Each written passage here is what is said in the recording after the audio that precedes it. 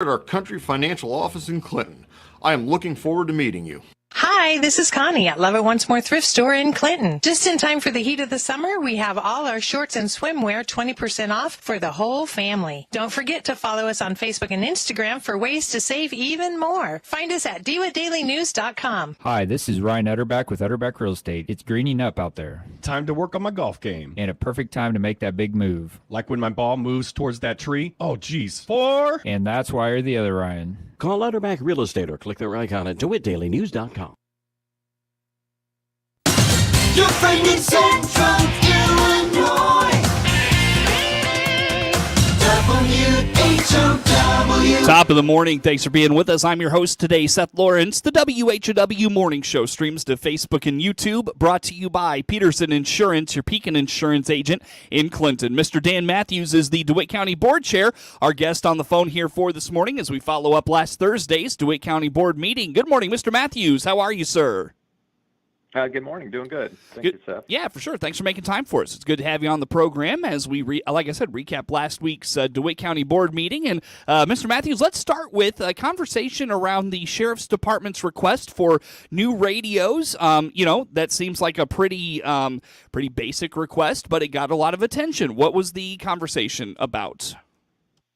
Yeah, so that was point of contention a little bit between board members, but really it wasn't about the product itself as far as getting the new radios for the deputies. That's something that definitely needed to be done. They have old radios that are almost 15 years old, starting to have some problems with them, and the sheriff came to us working with Dee Dee as well, and we still have ARPA funds available, so those were, recovery type funds from COVID that the county still has available that we have to spend before the end of this year.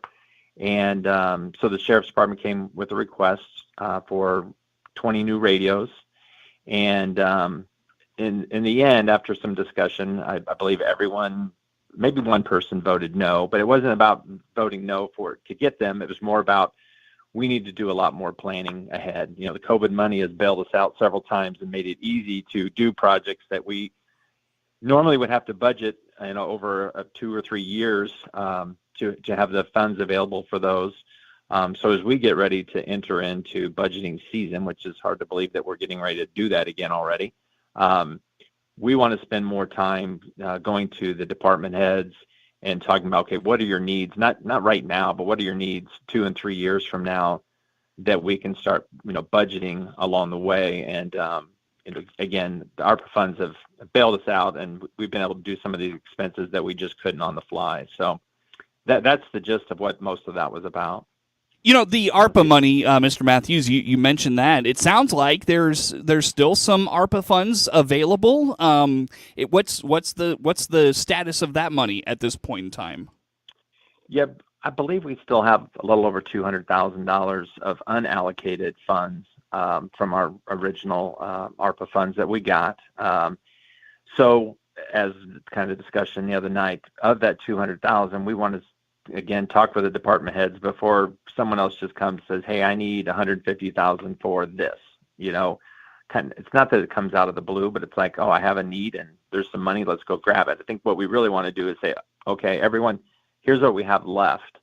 What do you need? Let's prioritize those things, and then let's determine, can we use those funds for some more immediate needs, and those that we agree that hey, we need to do this project or that project is okay. Now let's maybe spend part of the ARPA funds on it, and let's budget for those items.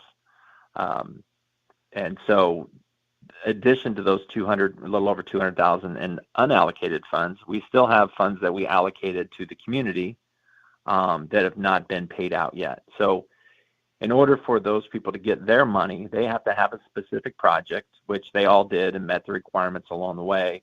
But some haven't started their projects yet. So we have a couple large ones that we haven't paid out yet that need to be taken care of before the end of the year. So they need to either get their projects in place, get their purchase orders to us so that we can distribute those funds, because if they don't get used, we'll lose the money. We certainly don't want to lose the money. we want to make sure that we use it, but use it wisely. Sure. You mentioned, Mr. Matthews, the ARPA money is going to run out here after either this year, and I think those, like you said, those funds have to be paid. I thought I had heard that those have to be paid by the end of next year, but at any rate, or those have to be reimbursed by the end of next year. But at any rate, you did talk a little bit about preparing for projects and expenses after ARPA funds have expired. So speak to maybe some planning things the county board is going to have to do as you prepare for life after those COVID dollars.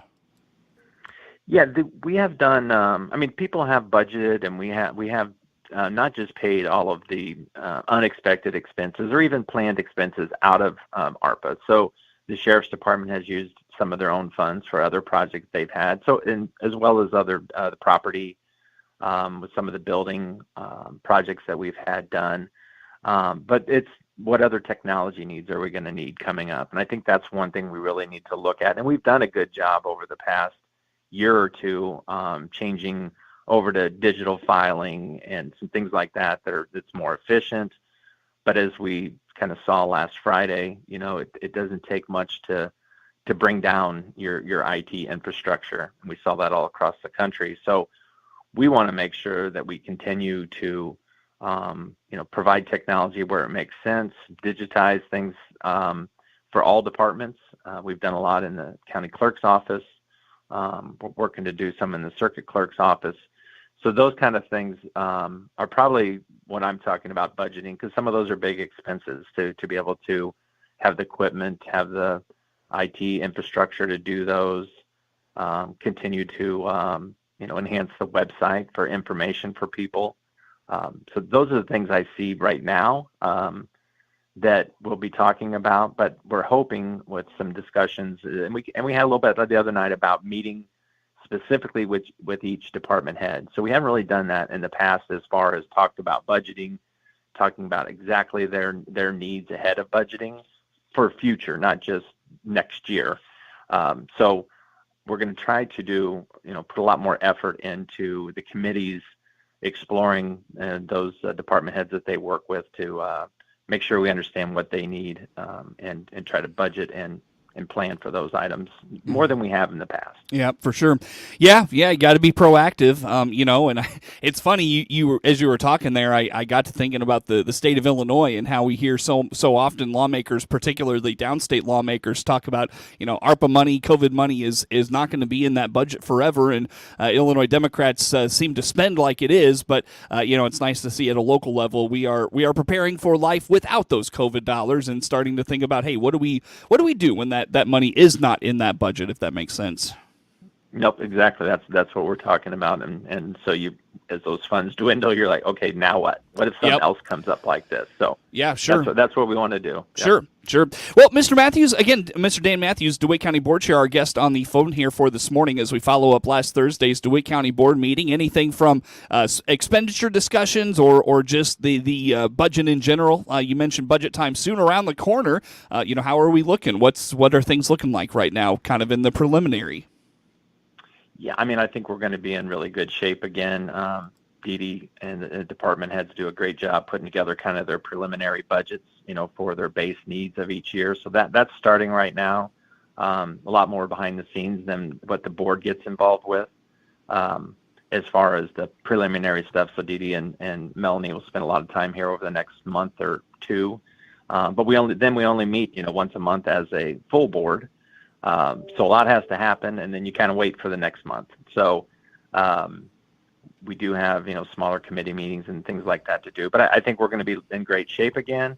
Everybody's done a really good job with their budgets in the past few years, and I don't see anything this year that would cause us to have any issues that we can't handle. Yep, for sure. So we'll kind of talk more about that as it comes around, perhaps in December and those sorts of things. I don't want to dive too deep in the weeds if you haven't really looked at anything for next year. But they're always interesting discussion with how much things have changed, particularly with fines and fees and those sorts of structures. So, Mr. Matthews, let's continue on here. I did want to just kind of get your reaction. I apologize. I popped into the meeting just a few minutes late on Thursday. Thursday. I didn't get to hear everything that Samantha Rusk had to say. She's the new executive director of the DeWitt County Housing Authority. What did you think of what Samantha had to say on Thursday? Well, I thought it was very nice to meet Samantha for one. Chris Ware had called me and said he'd love for her to come in and introduce herself. Sounds like she's jumped into it, and it's nice to have a person that's local. So, she's from DeWitt County and went to school here. So I think she has, a passion for the county as well as the job that she has. And sounds like she has been making some changes and has some projects on the horizon for the DeWitt County Housing Authority, and just seemed like a nice, fresh start for her. And I think, they're going to see some good things out of her work. No doubt. So Samantha on board for DeWitt County, and sounds like she has hit the ground running there as the new executive director of the DeWitt County Housing Authority. Very good. Let's see, Mr. Chairman. Anything else from Thursday night of interest to you? I know we'll talk about the NL stuff on the other side of the break and anticipate them coming to the meeting. Anything else from Thursday stand out of note from you? Well, I think a couple things. One, we appointed Kurt Homan to fill a seat on the Central Illinois Economic Development Authority. I wasn't that familiar with that till recently, but it's a 6-year term. It involves one representative from, I think, 12 counties, then also 3 people appointed by the governor. So it's an important role, and have somebody with Kurt's experience. Again, what they do is look for projects in the surrounding counties, and are able to help with loans and sell bonds and things like that for construction and projects that in addition to outside our county. So we've got a lot of resources out there, maybe counties working together to bring businesses. So it was nice to get Kurt in that position. He is filling a position that was previously held by David Tolbert, who unfortunately passed. So we needed to get somebody in that position, and Kurt will be a great one for that. Sure. Well, Mr. Matthews, with that, let's go ahead and go to break, my friend, and come back with some more. DeWitt County Board Chair Dan Matthews, our guest on the phone for this morning. We follow up the Thursday night DeWitt County Board meeting with him. More to come on the morning show.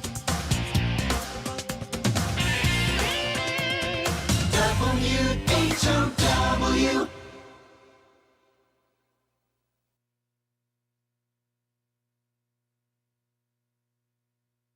Your Farm Bureau membership.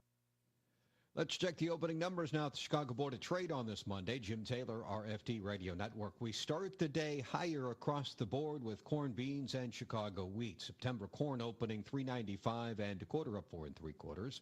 December corn up 5 1/2, $4.10 and a quarter. March corn $4.24 and a quarter, up 5 3/4. August beans starting the day 11 and a half. It's up 14 and a quarter. September beans up 17 and a half, 10.54 and a quarter.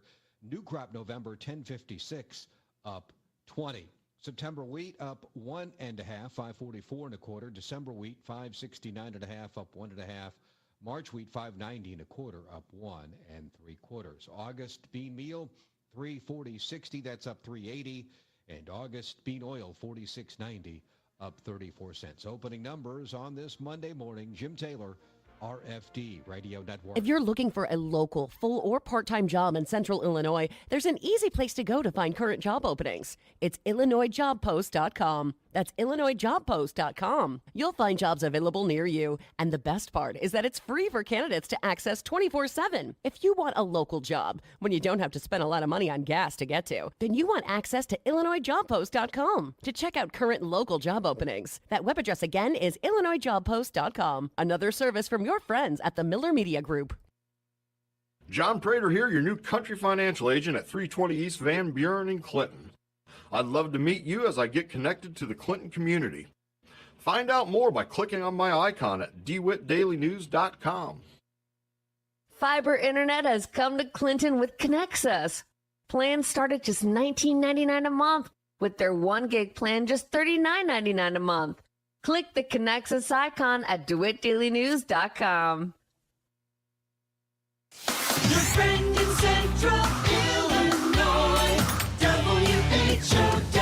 WHOW. Once again, a good morning. Thanks for being with us. I'm your host today, Seth Lawrence. The WHOW Morning Show streams to Facebook and YouTube, brought to you by Peterson Insurance, your Pekin Insurance agent in Clinton. DeWitt County Board Chair Dan Matthews joins us on the phone today as we follow up last Thursday's DeWitt County Board meeting. Mr. Matthews, let's dive into, you mentioned the Enel stuff. Various points throughout the meeting it came up, and so much of what was talked about kind of went back to your anticipation of them being before the board next month. How about that? How about Enel finally getting in front of the DeWitt County Board? What do you think? Well, we're looking forward to having a discussion with them. We thought we were going to see somebody from Enel in March, and here we are rolling into August. They are scheduled to be there, so we anticipate representative from Enel to be there to answer some of our questions. And really, the biggest topic that we have is that keeps coming up is the curtailment of the wind towers whenever we have weather situations. And we've had, I think, one fine that we proposed to them. They paid, but there's been multiple instances where, again, the curtailment hasn't happened. Several, I think 2 to 3 just in the last 45 days, where one situation was, well, it was in Logan. The severe thunderstorm warning was in Logan County. Well, the agreement says if it's in Logan County, they still curtail. Another was, well, the National Weather Service didn't advise us that it was a weather situation that we needed to shut down. So there's definitely a lack of communication in the process that's set up. It seems simple. You have a severe weather situation in either Logan or DeWitt County, and they said they could curtail at any time. We're just not seeing that. So we want an explanation from them is, if this is just a communication problem, let's fix it at that meeting. Let's come out of that meeting with an agreement of how it's going to be handled. And then if it's not followed, we can easily follow up with fines. Now, the fines to them are, a $5,000 fine it's a lot of money, but to them, we don't feel like it's a lot of money because they're not following, what they told us they could do. And that's, making a lot of people angry. It is a safety issue. We've seen situations before in surrounding counties where the wind towers have messed with the radar, especially we saw that in Macon County before, and we don't want that to happen in DeWitt County. And that was a point of contention from day one when the wind towers were being proposed. And as we hear another project is out there potentially, and being told that could happen in 2028, we got to take care of this one first and get things in line so we would have better language in a new agreement if that ever comes to fruition. But there's some things that we knew going into it. We're not tied up good. We're not written well, and we were going to have to deal with it. This county board would, and we're seeing that come through now. Mr. Matthews, what else do you want to hear from Enel, or what other? I know you mentioned have board members that have questions. Get those to Mr. Whitty, who will kind of do the probing, if you will, of the Enel folks. What do you want to hear from them, and is there anything besides the curtailment you're interested in? I'm as you mentioned, Mr. Whitty. So the land use has put together a group of questions that they have. A lot of them are around curtailment, but instead of all 12 board members firing questions and maybe not having the best meeting that we could have, is Joe's going to speak on behalf of the land use and their questions. All the other board members will be able to ask questions as well. But to me, it's try to figure out who are the people that are involved on a daily basis there, that when we have questions, we can get them answered. It doesn't take 60 days, 90 days, or longer for somebody even to respond to an email. So they want to be a good community partner. They want to be involved. Well, we don't see that. So for me, it's who can I call today and get an answer from? I want to know who I can pick up the phone, or who Dee Dee can pick up the phone and call to get some of the simplest questions answered about a situation we may see that day, versus, well, let's talk about it in a month from now. It's not a partnership that is good for us or the county. And so I hope to come out of that at least with some commitments from them that if you need something, pick up the phone, call this person, and we can get answers back to people quickly. Mm-hmm. How long are you going to give them, Mr. Matthews? Because I venture a guess this county board could probably keep that those folks all night if you let them. So what's your time constraint with them, you think? That's a good question. Somebody else, how long do you think that meeting's going to go? Well, it has to be productive.